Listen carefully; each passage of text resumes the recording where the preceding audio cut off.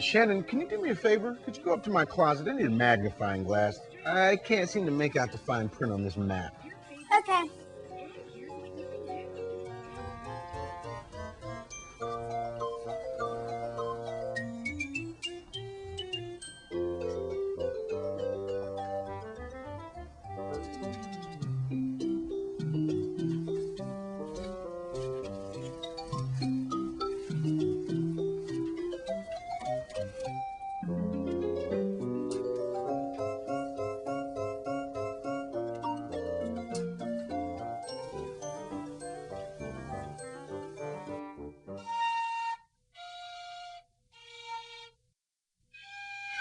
Yeah.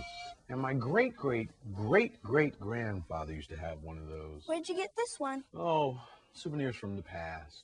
You know, when I was a little boy, I used to be really good at playing that. Every time I'd pick it up and play it, it'd come right back at me and tell me a story. What kind of story? Well, a story about our great land and the people that made it that way. How does it tell stories? Well, first you got to play it, and then you have to listen, and then you'll start to hear things. Okay, now you remember to put all that stuff away when you get done with it, okay? Okay.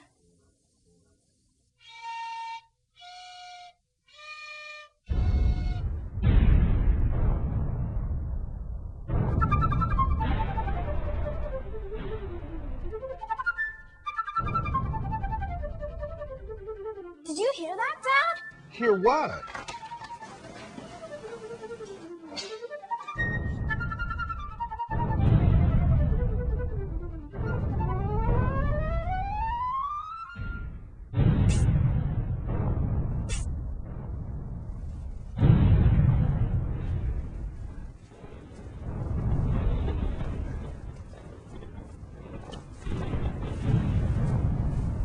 Yeah, here we go.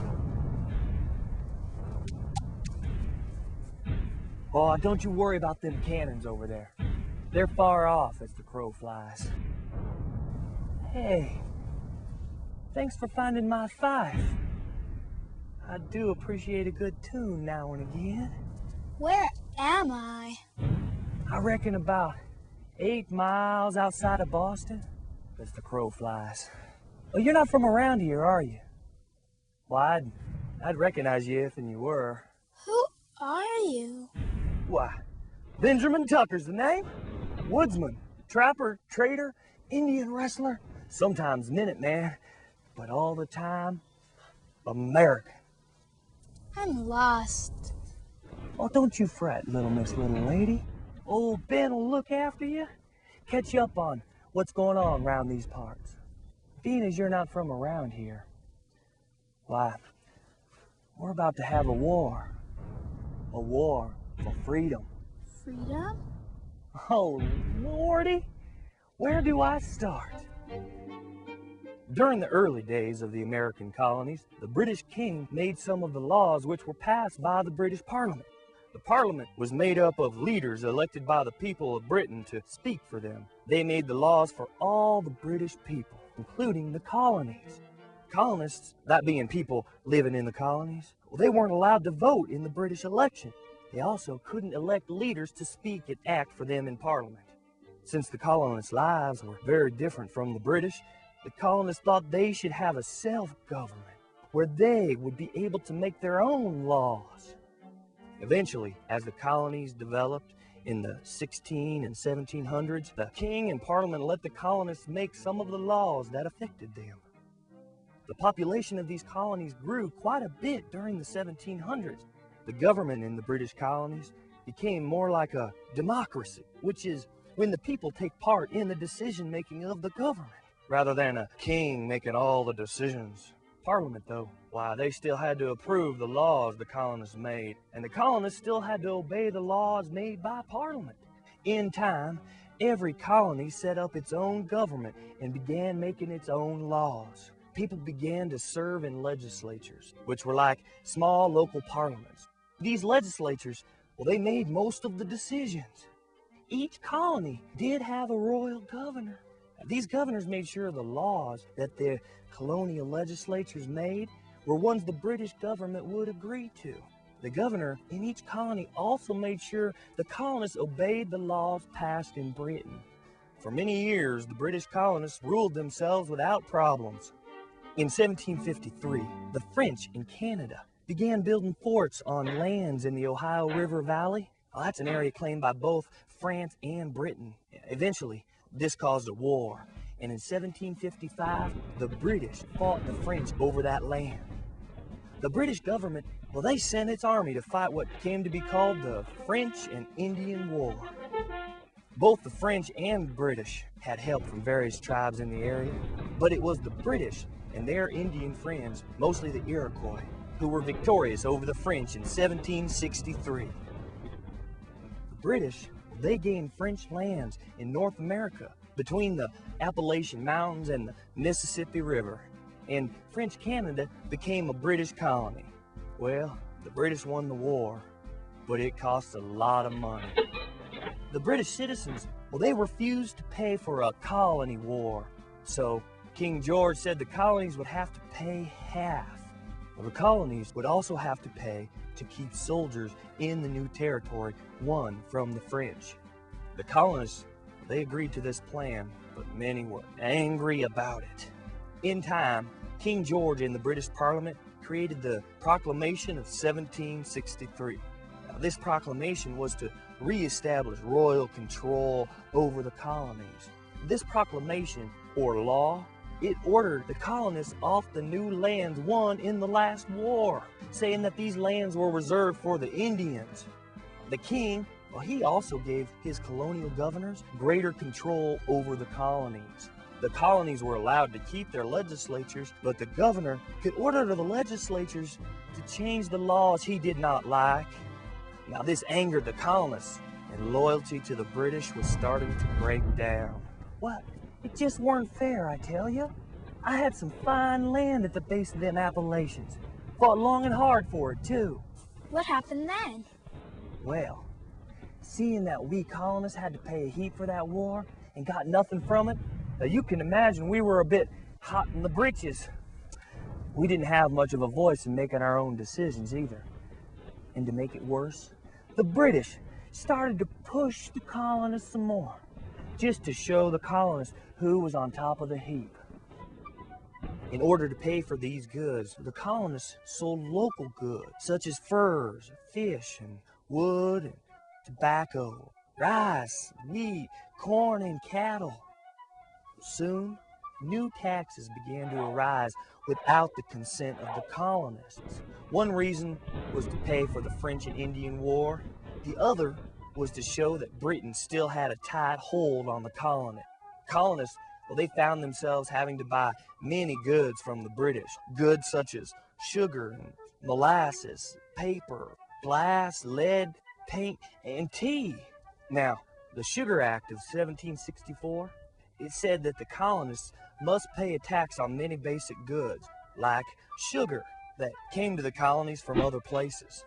And then there was the Stamp Act of 1765 that said that almost everything written or printed on paper in the colonies had to have a special stamp on it to show that a tax had been paid.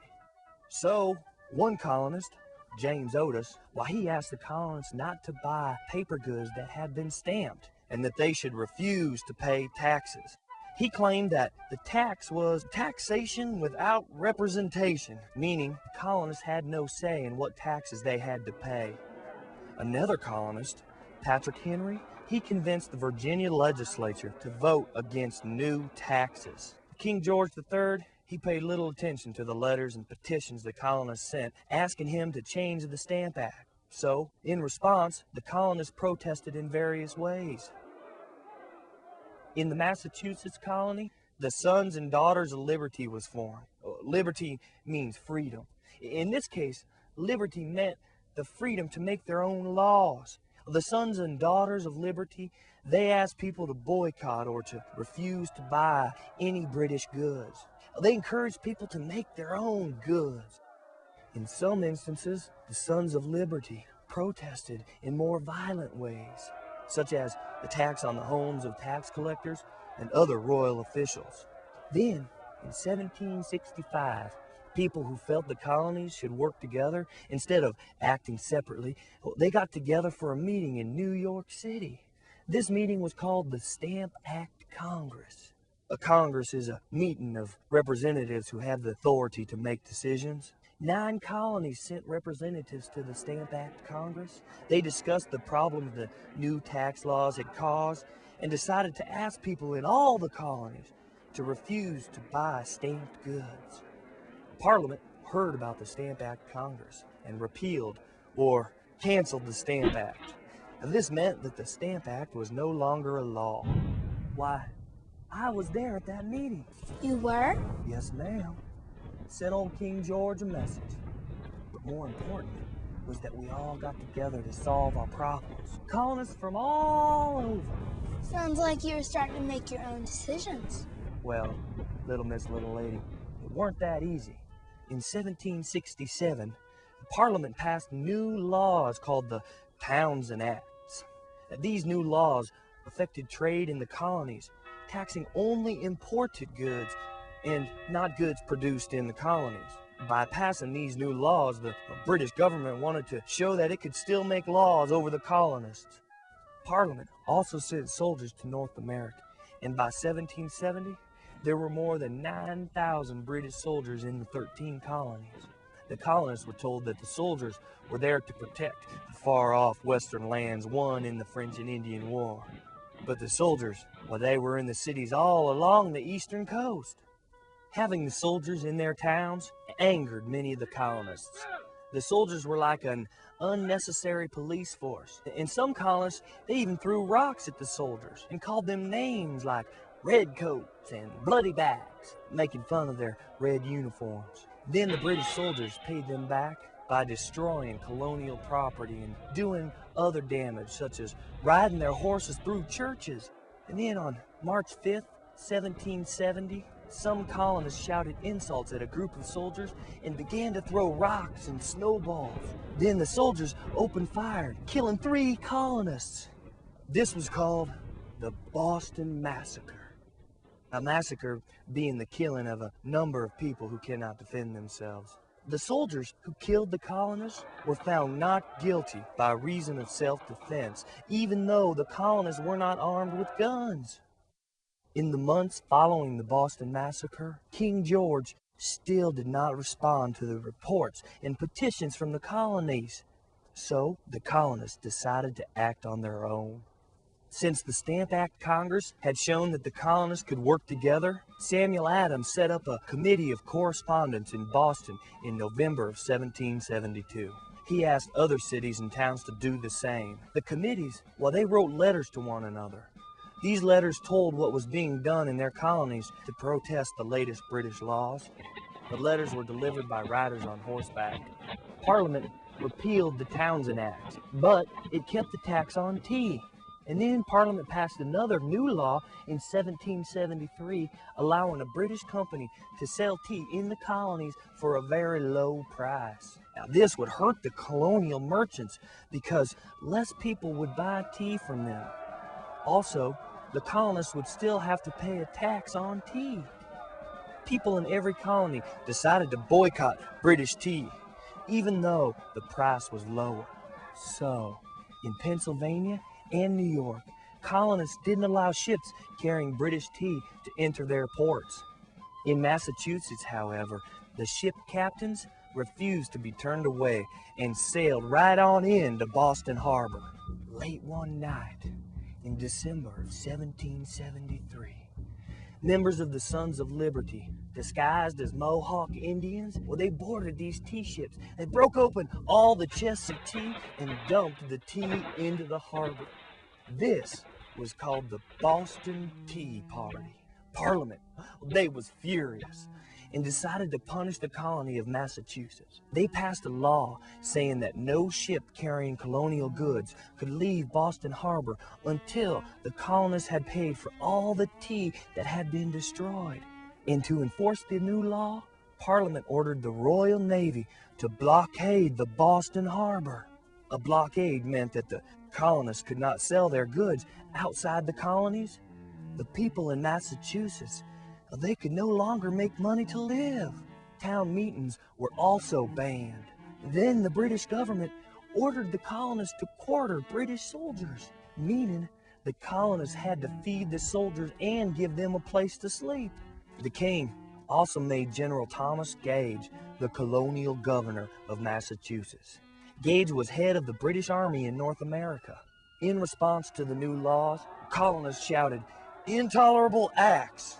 The new laws then became known as the Intolerable Acts. Unknown to the British, the committees of correspondence sent food and money to Boston.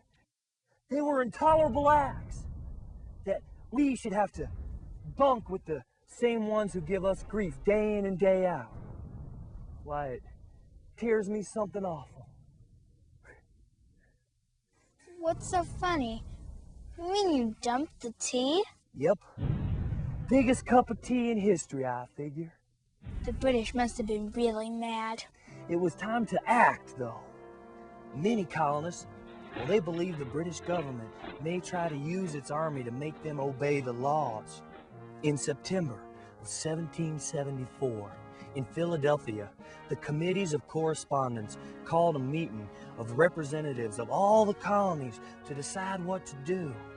Representatives from every colony except Georgia, they came to the meeting. The gathering of these representatives was called the Continental Congress. Well, they all agreed to stop all trade with Britain unless Parliament abolished the Intolerable Acts. They said that the colonies would no longer obey British laws when the laws took away their liberty as citizens. Congress agreed that if the demands for colonial rights weren't met, it would meet again in May 1775 to decide what to do next. They asked colonists to gather men to defend the cities. They called themselves Minutemen because they had to be ready to fight in a minute's notice. Well, the House of Burgesses, which was a governing body in Virginia, suggested the colonists prepare for war. And then Patrick Henry gave his most famous speech in March of 1775. He stated, "I know not what course others may take, but as for me, give me liberty or give me death." Now, Massachusetts had become an armed camp. Well, the British kept their soldiers and weapons ready, and the colonists who were against the British now called themselves Patriots. In April 1775, British General Thomas Gage, the new governor of Massachusetts, well, he heard that the Patriots were storing weapons in the town of Concord near Boston. He also heard that John Hancock and Samuel Adams, two leaders of the Sons of Liberty, were staying in the nearby village of Lexington. The general, well, he sent 700 British soldiers to find the weapons and arrest the Patriot leaders. Paul Revere, William Dawes, and Samuel Prescott, all members of the Sons of Liberty. They rode out on the night of April 18th to warn Hancock and Adams that the British are coming. Unfortunately, a British patrol caught up with them. The patrol took Revere's horse, but Dawes, well, he escaped. Only Prescott reached Concord. When the British arrived in Lexington on April 19th, they found Minutemen waiting for them. Shots were fired and 8 Minutemen were killed. The British then marched on to Concord, but the weapons, well, they had been moved. Because the Minutemen were outnumbered, they waited for reinforcements as the soldiers searched the town. Then, as the British soldiers marched back to Boston, they were shot at by Minutemen from the woods and fields beside the road. The British lost 73 men and 174 were wounded. Of the 4,000 Minutemen at Lexington and Concord, 93 were killed or wounded. The shots fired at Lexington marked the beginning of the Revolutionary War. Well, just yonder, that's Lexington. And over there, well, that's Concord. So that's where it all started. Aye. And we still have a long way to go, too. Them British are sharp fellas. I think things will turn out pretty good. I believe you, little lady. I believe you. Ben! Ben, where are you? Hear what? What were you just saying? Nothing. Oh, did you try that fife out like I told you? Did it tell you any stories? Yeah, many stories. They're important stories. Tell you what, why don't you hang on to that? It doesn't really work like it used to when I was young. Gee, thanks, Dad. Oh, that's all right. Come on in now. Let's go eat some lunch. You can practice after you eat. Maybe it'll tell you some more stories.